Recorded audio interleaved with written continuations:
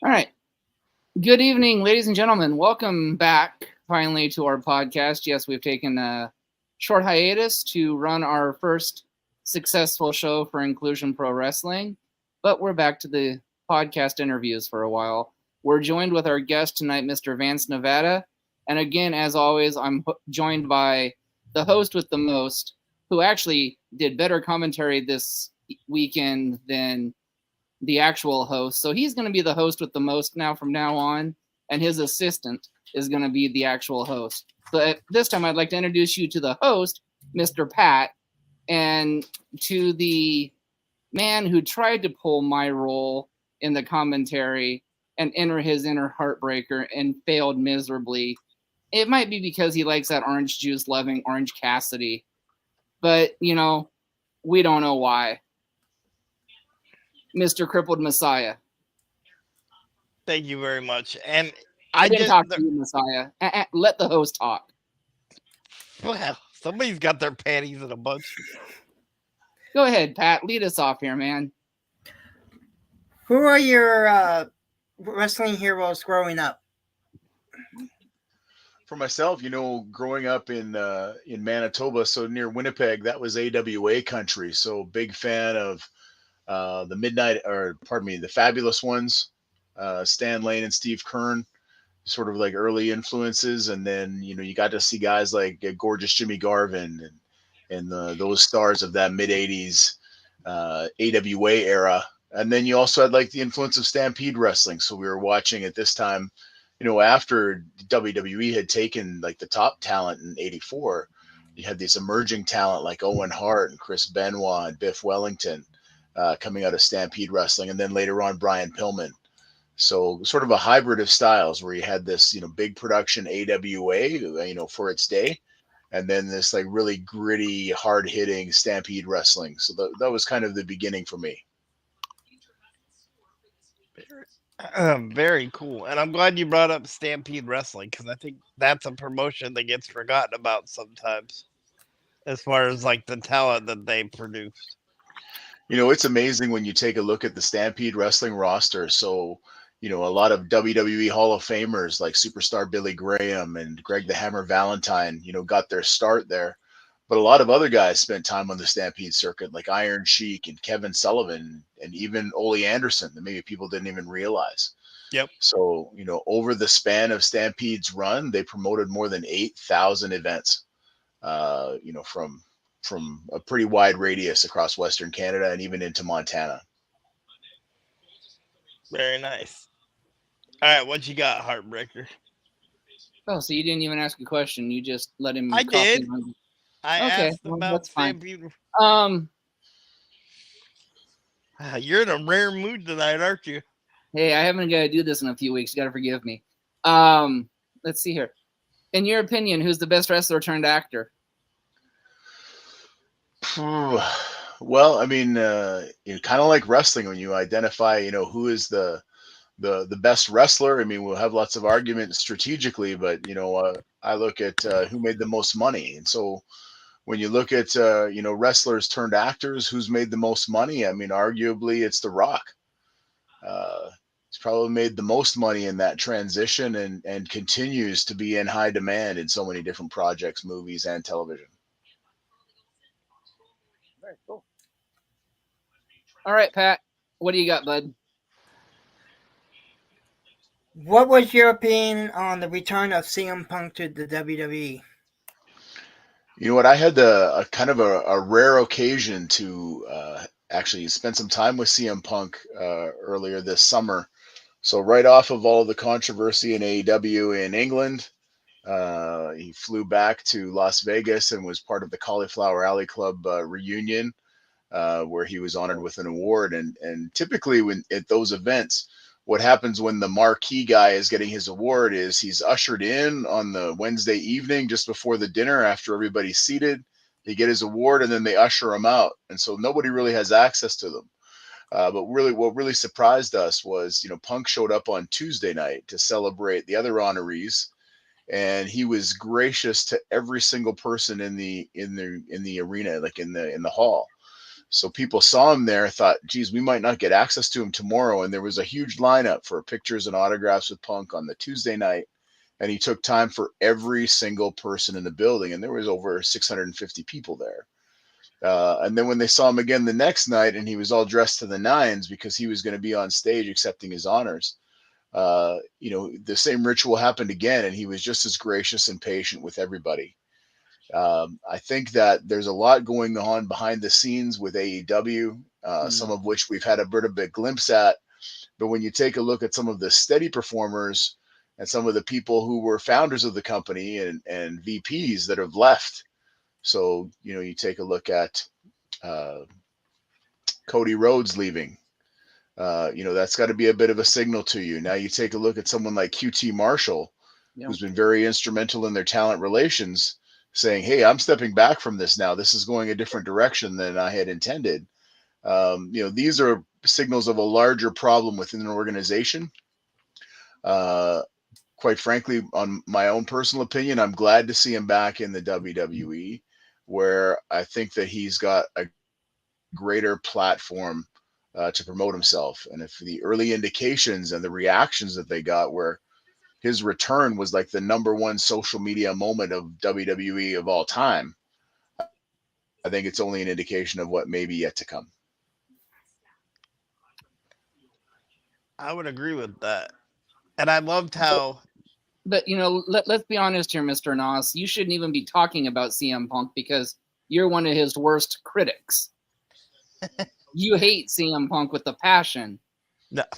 Now, and you don't even consider him one of the best of the world anymore. So you don't even get a debate on this CM Punk topic. What the hell happened to you lately?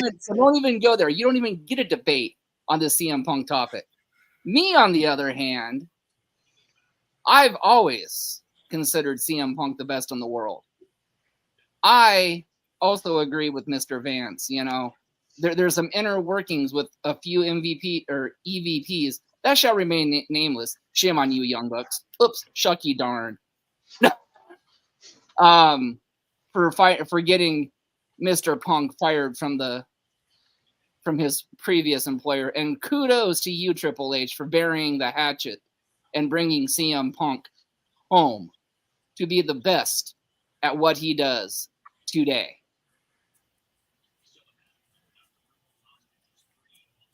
Okay, top that, Messiah. Well, I can't because then you would cry like a baby. But then ask your question then.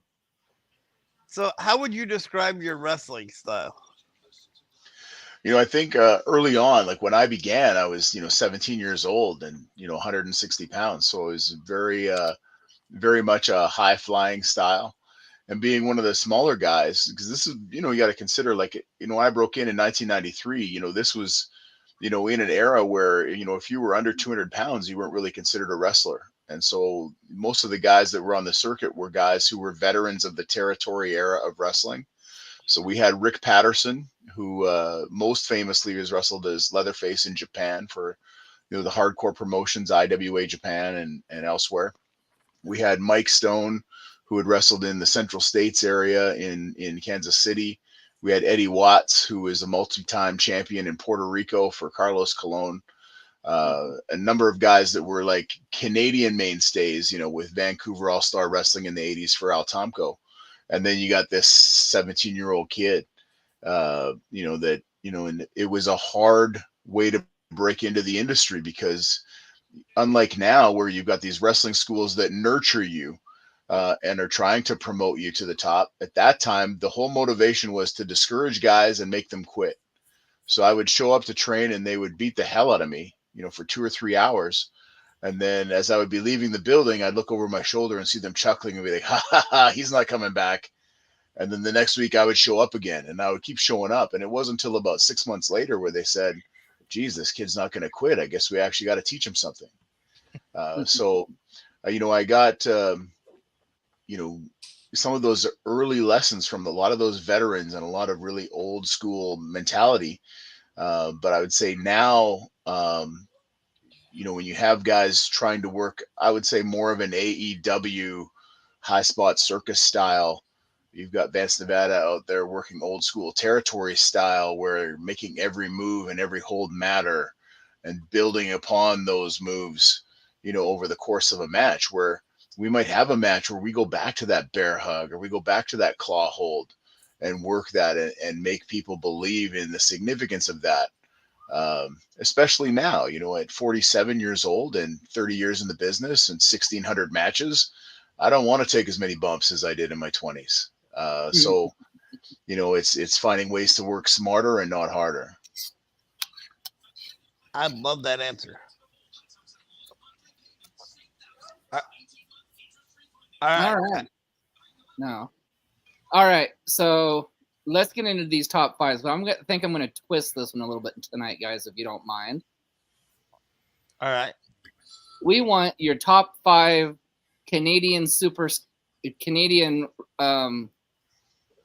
wrestlers of all time. Well, I think, I might be giving you some names that you wouldn't expect. So starting at number 1 is definitely George Gordienko. Gordienko was actually identified by Lou Thez as the greatest Canadian professional wrestler of all time. When Gordienko broke in the 40s, it was a bad time to have a name Gordienko in the United States, because that's a time when they were trying to root out communists. So he was about a year in the business in Minneapolis, and you can actually find old programs from Minneapolis where they predicted at 19 years old that Gordienko was a future world champion. Unfortunately, by 1950, he had been deported from the United States for suspicions of being a communist.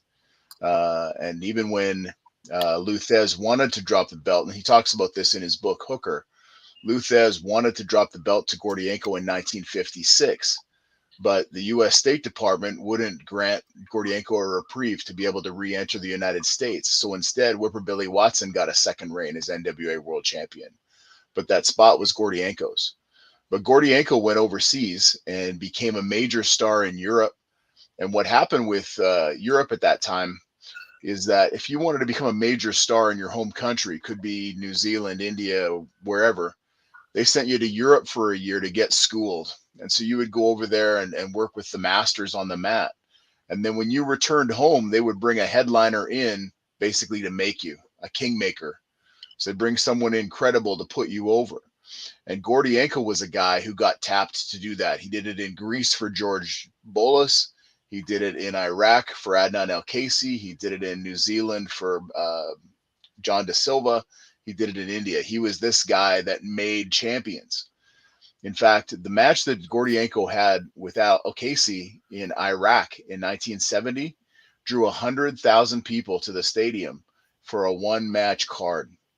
So tremendous drawing power. So Gordienko, number 1.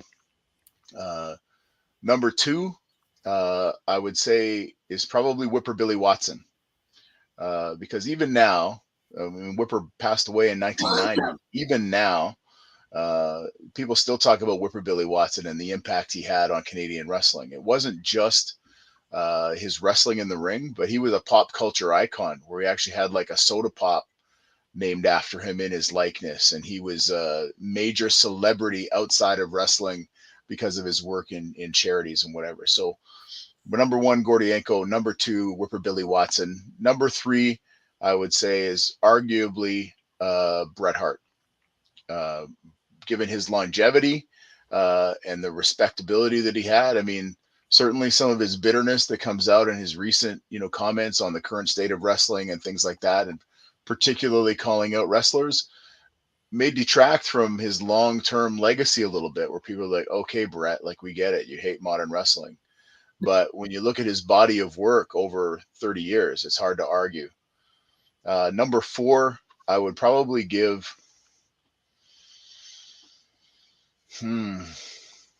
Chris Jericho is probably up there, but I'm going to go a different direction, and I say number 4 is probably Killer Kowalski. Killer Kowalski, of course, headliner from, the 1950s, who started his career in the 40s and was still an influence into the 90s and beyond. Not just his wrestling career and headlining Madison Square Garden with Bruno Sammartino, but you also had his influence on training a generation of talent, including Triple H and Perry Saturn and China and so many more. So Kowalski is my number 4. And I'd say number 5 is probably Jericho. And the reason for Jericho is, again, his career longevity. And if you look at what he's done, whether you're a fan of him or not, he's just found ways to make sure that he is like pervasive in every possible medium. So whether it's his rock band or, his guest appearances on The Masked Singer or the that singing show or whatever, he's everywhere. And he's even had like his own TV series, a comedy TV series here in Canada, and written 3 books, and he just continues to find ways to always be present. And so you're always going to see Chris Jericho somewhere every day in your news feed, whether you're looking for him or not, and continues to be an influence on the industry. Very cool. All right, Pat, go ahead. In your opinion, who is the most underrated tag team of all time? Oh, geez, there's so many. When you think about it, I would say, in terms of guys that we don't talk about enough now, the greatest tag team that I ever witnessed live was the Midnight Express, Bobby Eaton and Stan Lane. They don't get their props as much as they should and they could. It would be great to see them given Hall of Fame recognition, because the matches they had, particularly Midnight Express versus the Fantastics, that was like a textbook of tag team wrestling. Amazing, amazing matches.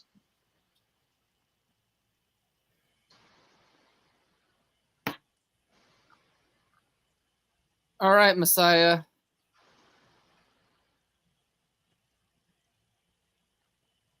Can't hear you, bud. Top 5 commentators of all time. Top 5. I would put Jim Ross at number 1. His way of calling the action, and it's like the way that you would hear from a guy like Steve Austin when he's planning out his matches and he's thinking about the moments ahead and visualizing them in his mind. He's visualizing them with Jim Ross as the soundtrack to those, to identify this is how Jim Ross is going to react to that. This is how it's going to be spelled out for the people, and this is how the people are going to respond as a result. Just a tremendous ability and focus to make every wrestler in the ring seem credible, and that's the job of a good play-by-play announcer. So Jim Ross, easily number 1. A lot of people, like Gordon Solie, and this may be an unpopular answer. I was not really a fan of Gordon Solie's style. Maybe like to me, it seemed like sort of like that old radio style of announcing where he's really spelling it out for people, in terms of the action they're seeing in the ring. But it was really flat for me. I do understand, particularly in that Florida area, they love Gordon Solie, so that may not be a popular answer. But when you look back now at some of the old tapes, I think Bill Watts as a commentator in Mid-South was tremendous, because you can watch an episode of Mid-South and he is like spelling out the significance of those storylines to you in such detail that if it's your first episode, you can pick it up and understand what's happening. And I think one of the angles in particular that I really, really enjoyed, and when I'm telling young guys to watch stuff, is the Ted DiBiase heel turn on the Junkyard Dog in Mid-South, where Bill Watts, the whole episode is building up. These guys are best friends, and the Junkyard Dog was the best man at his wedding. And so when that turn happens at the end of the episode, you just feel devastated. Like he had a way, where, his broadcast partner is almost useless during the episode, because Bill Watts had such a vision for where he was going with his product and what he needed to convey in order to make money and sell tickets and get the people to buy in. So, I definitely put Bill Watts up there near the top. Lee Marshall, when he was in the AWA, was a tremendous voice for the action at that period of time. Because he really made you excited about what was happening in the ring, and it really made you feel like the product you were watching was bigger than anything else. And so even when you knew at the same time the WWF was on the rise and they were doing this tremendous business with WrestleMania 3 and all of these big things that the WWF was doing, you know, Lee Marshall, when you were watching the AWA, you had this impression that nothing was bigger than what you were watching right now. And so I really enjoyed Lee Marshall. And then, you know, for the Canadian throw, I got to give it to Ed Whalen in Stampede Wrestling. You know, Ed Whalen became as much a celebrity of Stampede Wrestling as the talent themselves. Sometimes to the talent's detriment, because Whalen was also a hockey commentator for the Calgary Flames in the NHL. And so he was really concerned about his credibility. So when there was a storyline or something that happened on TV that was over the top, Ed Whalen would often bury it, right? Or he wouldn't back down from the heels, or the heels would be menacing and he'd be like, you get away from me, right? Or go to hit him with the microphone or something. So a lot of the heels hated Ed Whalen in the territory. But even today, you know, when we talk about Stampede Wrestling, the fans very passionately still regard Ed Whalen very highly. It's a great list, and some names that we haven't heard of on this podcast, and I haven't thought of in a while. So thank you for that. You know, and you bring up something, you know, about Vance about being like flat and dry. You know, I apologize for the Messiah for sounding like paint drying. This is what I got to put up with every night. You were waiting for that setup, weren't you? So. Go ahead, Pat. Now since I burned the Messiah, you can ask a question. I'll be nice. Top 5 referees. Of all time, or referees that I've worked with? Of all time. Yeah.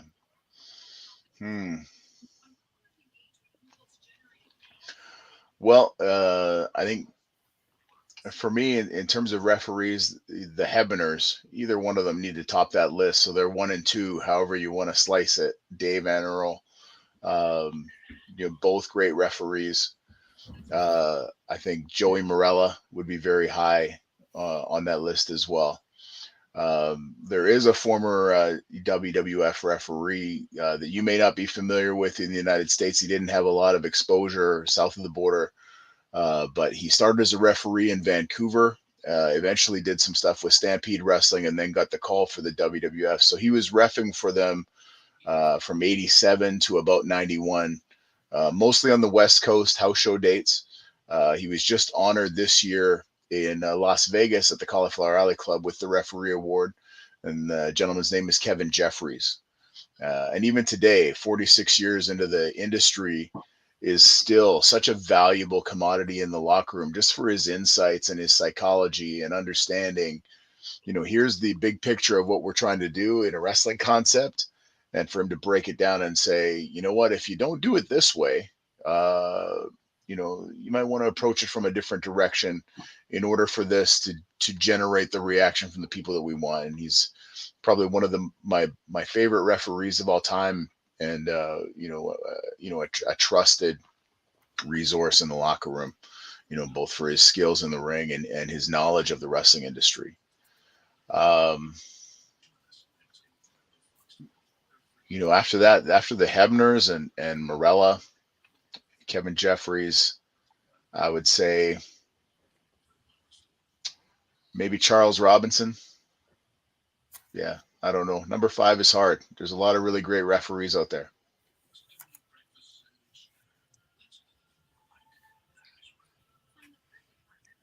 Well, I mean, 4 is a pretty good list. So, I mean, so what you got, Heartbreaker? Well, how about we do this one? How about we do your pre and your post match routine? You know, typically, you know, now, you know, at this stage in the game and the injuries that I've had over my career, so I've had a lower back fusion, L4 L5 fusion. I've got a complete tear of my ACL in my left knee. I've got a deficit in my neck, so my head kind of keels over to one side a little bit naturally. Uh, so I would say that the pre-match ritual of making sure that everything is loose and functioning the way it's supposed to and flexible. That's probably the most important. I know for myself, one thing I do, and it's a bit of a lost art, in terms of professional wrestling, is I try to watch as many of the other matches as possible. Both because I want to see what's been done in the ring so that nothing gets duplicated, but also I want to be able to see how the crowd is responding. Because in sort of this, I would say in the modern era of wrestling, where more routines are choreographed and set up backstage, a lot of the art of what we do is being lost. And so when you think about any matches that you've attended live, you might have seen a great match that was just like a scientific display of professional wrestling. And you'd say, like, that is wrestling, but the people were on their hands, versus a match that wasn't really that technically great, but the people were going nuts. That's the match you're going to remember the most, right? And that's the excitement that's going to sell more tickets the next time. So whenever I'm, at a show, I'm out watching the crowd. I'm sort of, taking their temperature a little bit and trying to figure out, how do I tear this house down tonight? How do I make my segment the match of the night, and not take away from anybody else, but make sure that at the end of the night, when their fans are saying, "Hey, we'd like you to bring this wrestler back," that name is me. Uh, and then after the match, we judge success by the size of that envelope. A couple of weeks ago, I was in a very bloody cage match in Innisfail, Alberta, and it was the biggest crowd that promotion had drawn in that town, and they were really, really biting on that blow off of that cage match between those two guys. And when we got to the back, both myself and my opponent were a bloody mess. And the promoter came to the back and he said, "You know what? When you guys get cleaned up, I'm going to give you a big hug because that was tremendous." And I looked at him and said, "Just hug me in my envelope, and we'll be just fine. I'll understand your appreciation fully." Uh,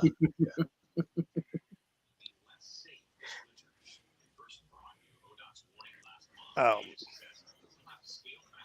All right, Pat, what you got?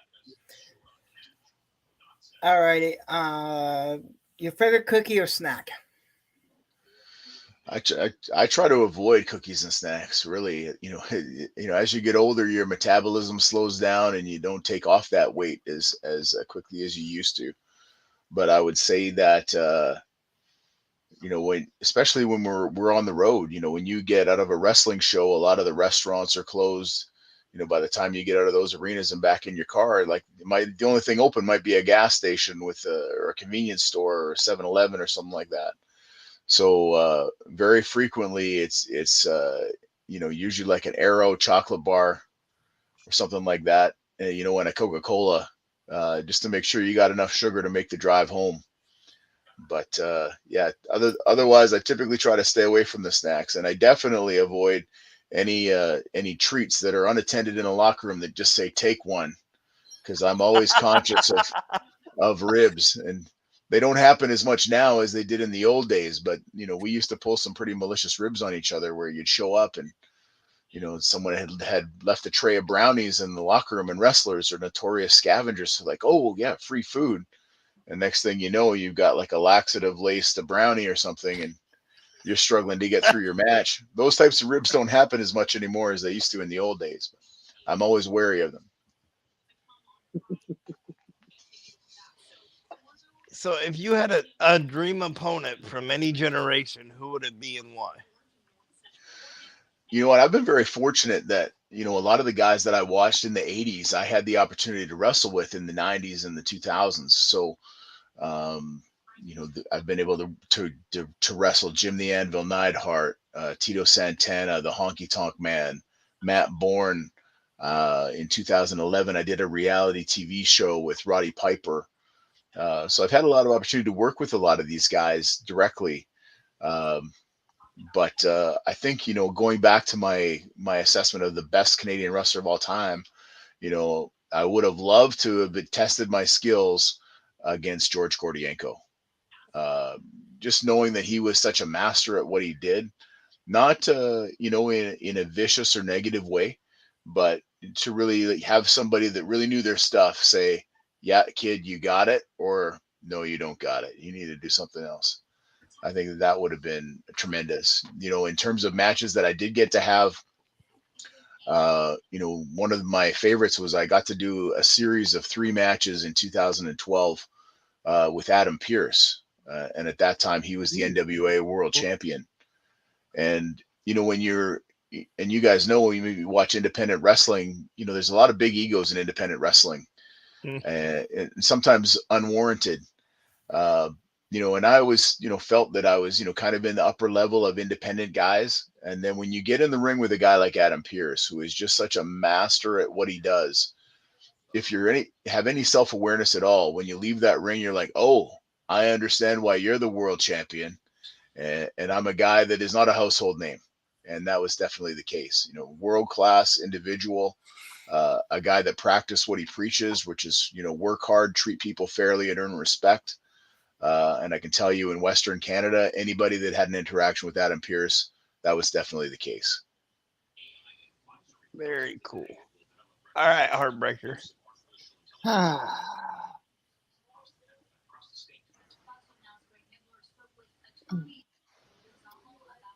And so long we've got all of our questions. Let's see here. Actually, we haven't done this one yet. Let's do WrestleMania card, indies included. Every other promotion's included. So we want 6 matches on your WrestleMania card.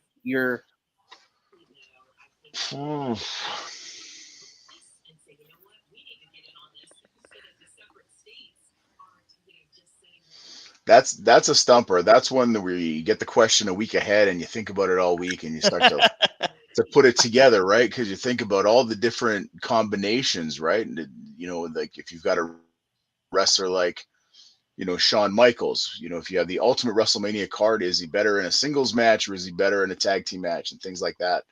That one's really hard for me to do. I think that in the time that I've been around the industry, you have a lot of guys that you see that you meet on the way and you think, this guy's definitely getting signed. Like if this guy never gets a contract, then none of us will ever get a contract because he's kind of like the best thing going. And so there's guys, and I don't know if you would remember a guy in 1997, he wrestled in Memphis as Jolton Bobby Bolton for the USWA. In Canada, we knew him as Chi Cruz. And he was kind of at the time like the wrestler's wrestler. Anywhere there was a show, Chi Cruz was the main event guy. And he wrestled in Japan and Germany and South Africa. Only a little bit of exposure in the United States. And we thought, Chi Cruz, and he was coming up at the same time as guys like Edge and Christian and Rhino and Lance Storm and Chris Jericho. And we were all sure like Chi Cruz is going to get signed. And when he got down to Memphis in 97, we thought, okay, this is it. This is the gateway to his big break. But, it never happened. There was other guys like a good friend of mine, Andy Anderson, who wrestled in the late 90s, early 2000s in Nashville for Music City Wrestling and for the USWA. Is Buff Anderson, is Andy Anderson. Then he went to Mexico. He was with CMLL for a couple of years. Then he got into IWA Puerto Rico when Victor Quiones opened up Puerto Rico. It's El Lobo Andy Anderson. Wrestled in Ring of Honor, went over to England and wrestled in England, had a few WWE matches, and we thought, this guy is the guy. But unfortunately he suffered a pretty serious concussion and that sidelined his aspirations. So there's, whenever I hear, this guy is the next big thing, I'm always a little bit skeptical because I've seen the next big thing, 10 or 20 times over and some really good, capable guys. And on the flip side, you'd have guys that you'd say, this guy will never get signed. We heard that about Kevin Owens, right? He doesn't have the look for the WWE. They're never going to sign him. We heard it about the Bollywood Boys where they said, these guys are too small. The WWE is never going to sign them. Kyle O'Reilly was another guy, tremendous athlete. We thought, yeah, it's just too bad he's so small. He's never going to get a contract. And then they did. And, you're happy for these guys. But, it just kind of shows you that, what, in the wrestling industry, you never know. Right. And so on the independents, when I see the hype of the latest guy who's going to be the guy, I'm like, let me be the judge of that because I've seen a lot of that come and go. And, there's so many factors now that factor into even getting a look. And especially for us in Canada, right? It's even more challenging now because we can't come across the border without a work visa legally. And that was one of the things that happened to me actually in 2004. I was starting to get called up to the WWE for extra work, and so I was in Portland, Oregon, the night that they were building uh, Chris Benoit for his world title match at WrestleMania. He had Yes. just won the Royal Rumble. Mhm. I think he wrestled Ric Flair in Portland. It Yep. was the same night that Evolution put Mick Foley through a wall. Yep. Yep. And I was an extra at that taping. Uh, and then I got called back for a second taping, and I thought, okay, like this is going great, like things are progressing in the right direction.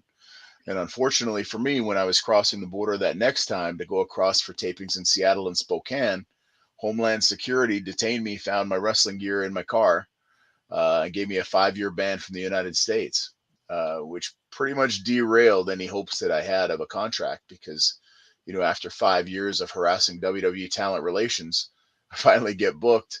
And it was the first week that Tommy Dreamer was ahead of talent relations. And I had to call him back and say, yeah, Tommy, I know that I was harassing you to get booked. And now I can't come. And that was kind of the end of the relationship.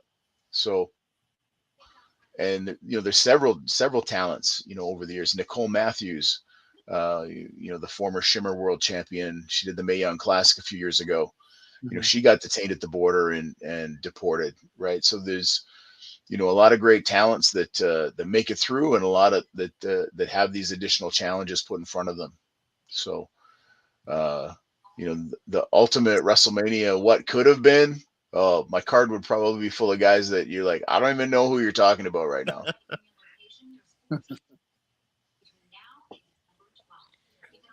All right, Pat, what do you got?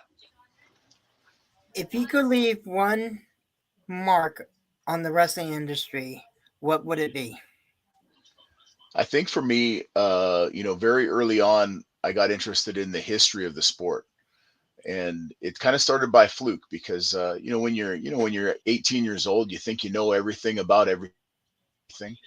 And I was wrestling, and during the commentary of one of my early TV matches, the commentator said Vance Nevada was trained by Ernie Rowe, who was a longtime partner of Frenchie Champagne, and they dominated the scene, in the 1950s.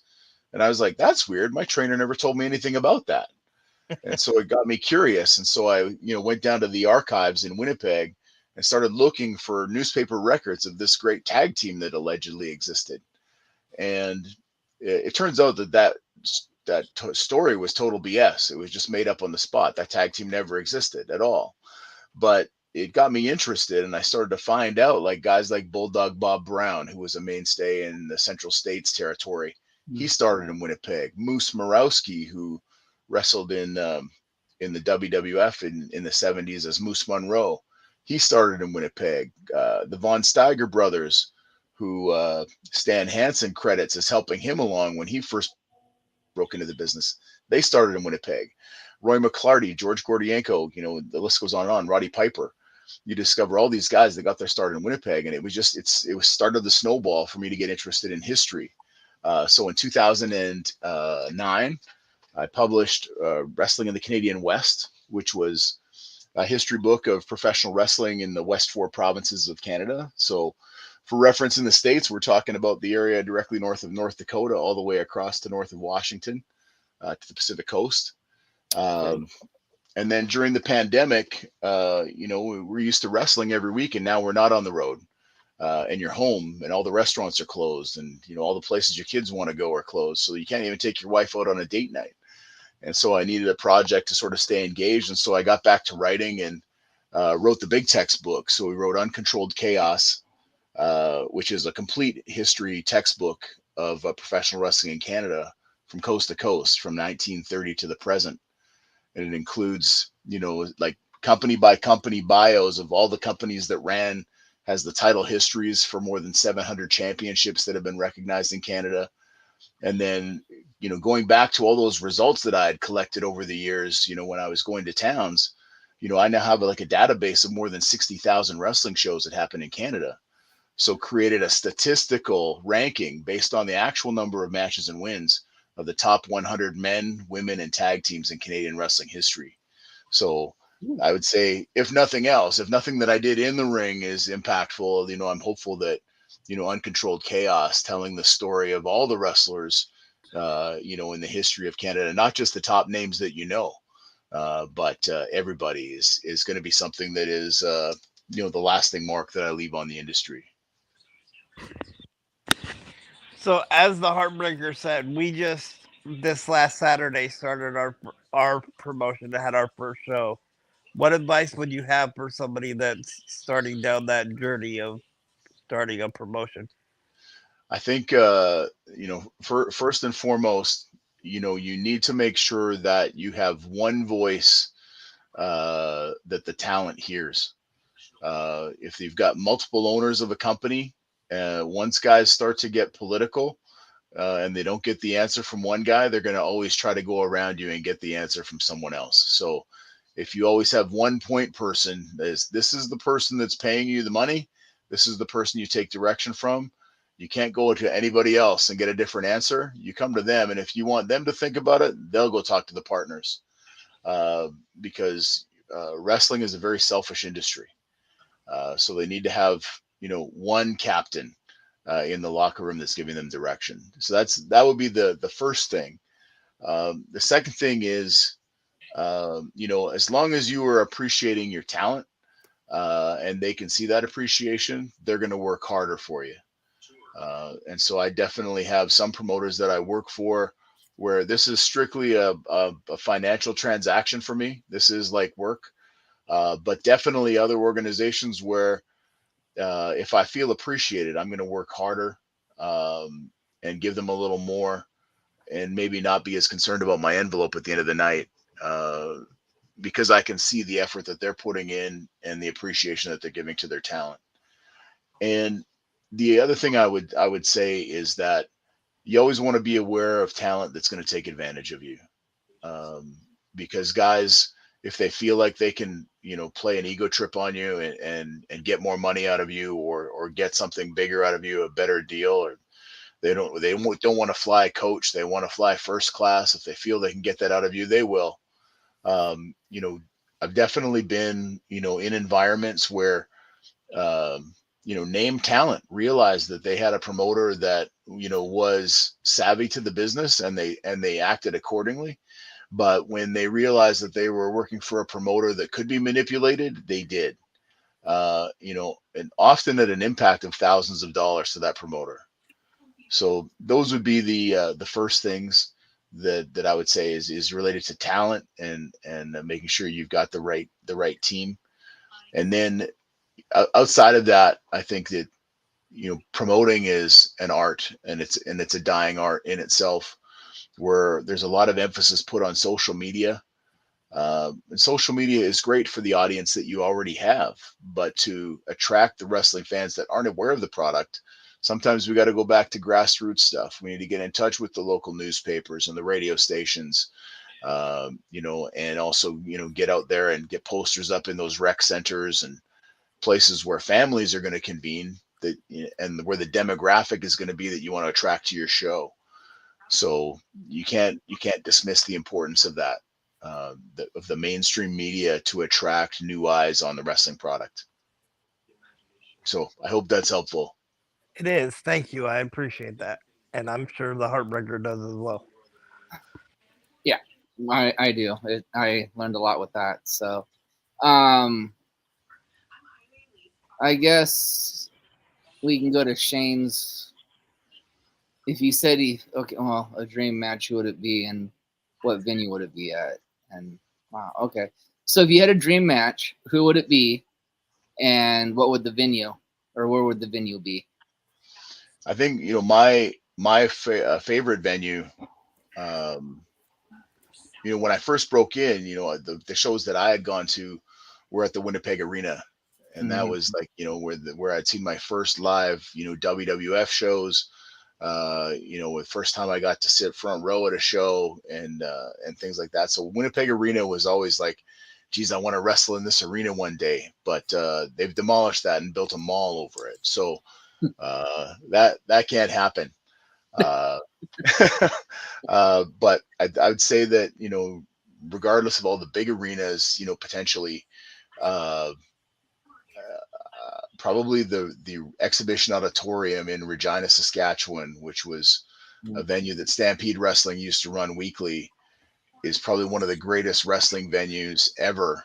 And even Dory Funk Jr. said so. It's like a mini stadium, with bleachers seating up all four sides, but purpose built for agriculture, for livestock auctions. So when you go in there, like, it smelled like a barn, but when you filled that building with 1,100 people, it just looked like you were looking out at a wall of people on all four sides, and just had such tremendous environment. It's a smaller scale version of the Victoria Pavilion, which was the home of Stampede Wrestling in Calgary, which is one venue that I have never wrestled. So I got to change my answer. The dream venue would be the Victoria Pavilion in Calgary. I've been there for events and been adjacent to events and been in support roles, but I've never wrestled in the pavilion. And so that would definitely be a place that I would like to wrestle before I'm through. All right, Pat, what do you got? If your kids would want to get into wrestling, would you encourage them, and who would you suggest to them to train them? Ooh, um, that's a really tough question. You know what? I think if my kids expressed an interest to get into wrestling, the first question I would want to make sure that I knew is why. Are you getting in because it's something that you're really passionate about? Because right now I've got two sons and neither of them care about wrestling. They don't even like going to watch dad wrestle, and that's okay. One's into Fortnite and one's into basketball, and that's their thing. Uh, I think that the wrestling industry has changed so much, even from the time that I got in. And I thought, when you think about the context of wrestling, in the 1970s and 80s, there were so many places that a guy could make a living. Go from one territory to another. So you might start in one territory, you go 6 months. Okay, I'm not progressing any further than the undercard, so now I'm going to go to this other territory. And as you go, you build skills, and maybe a different booker sees something different in you, and you have an opportunity to ascend. And we saw that where, maybe a talent was like a J-Brone in Memphis, but then they got over to Mid-South and Bill Watts saw them and he's like, I see something in this guy. Right. And now he's a major player, and vice versa. Right. Sometimes there was talent trades between those promoters, and someone who was a big star in Florida was just a middle of the card guy in the Carolinas. So, when I got in the 90s, it was probably the worst time to break into the business in Canada, because it was in that lull after the territories had died. There really was no opportunity outside of the city you were wrestling in. There wasn't really a lot of cross trading of talent. Now there's a lot of wrestling happening, probably more wrestling than ever in the history of Canada right now. But the money is also worse than it's ever been. And so for myself, as someone that's been around for a long time, typically I don't have those same struggles, but guys that are breaking into the wrestling business right now, like, one of the challenges they have is they never saw the business be good. So they don't know, like, how much they should be getting paid versus how much they're taking and being happy with and accepting. So, given the potential for injury and long-term damage, the fact that there are fewer opportunities to actually make a living in wrestling, I would probably strongly discourage my children against it. At this point, it's a very, I love professional wrestling, and I thought I would retire this year, but then yet a new opportunity comes up, and then you're like, okay, well, I'll take these 4 dates in 2024, and now it's turned into I have 43 dates in 2024, and a few more that I have yet to accept. But it's something that I love, despite all of the hardships that we experience in wrestling, and the long road trips and the short payoffs, and all of those things, and waking up the next day, trying to get your knee to move properly. I wouldn't change it for a thing, but it's definitely not a life that I would want for my children.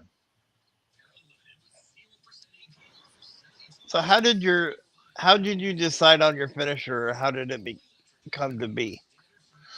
When I began, those decisions weren't with wrestlers. So, again, when I started at 17 years old, and so one day the promoter came to me and he said, "You know how to do a sunset flip?"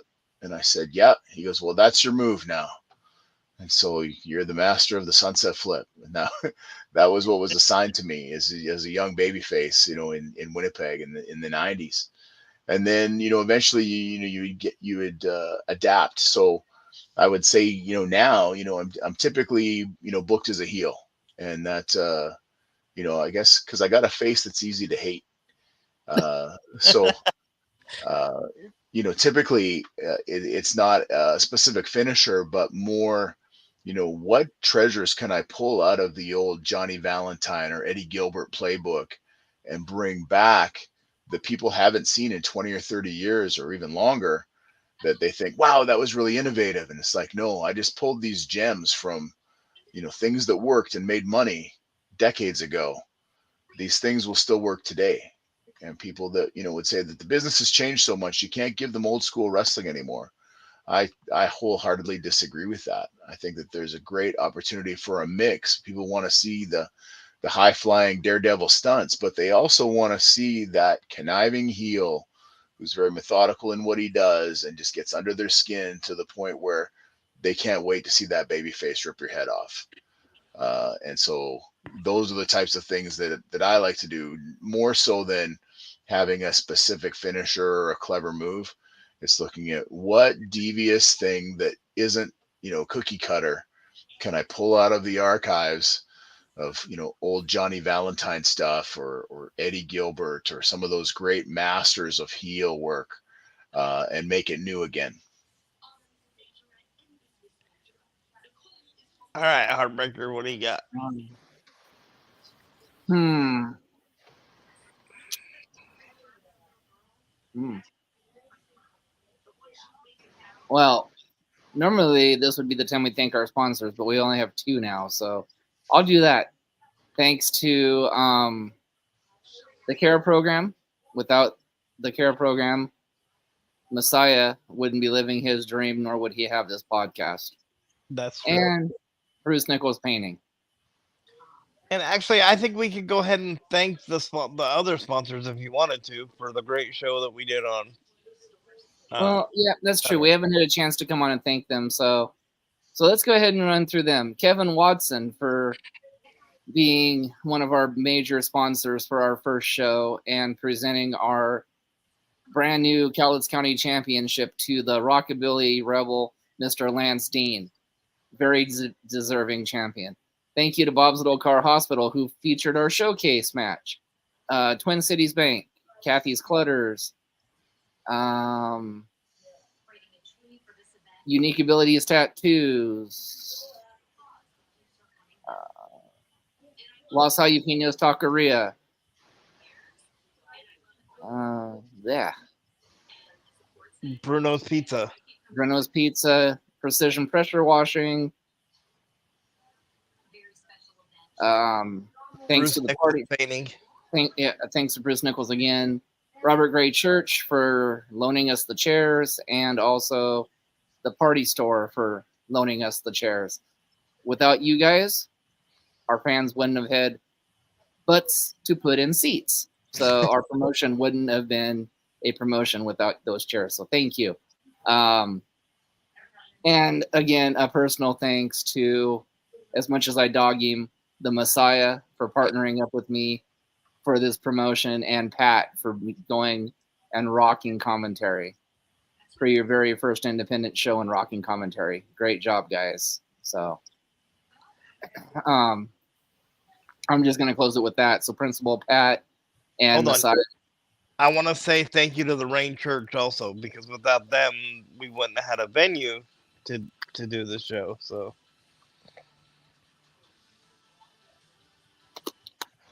All right, one question apiece, go. I actually have no other questions.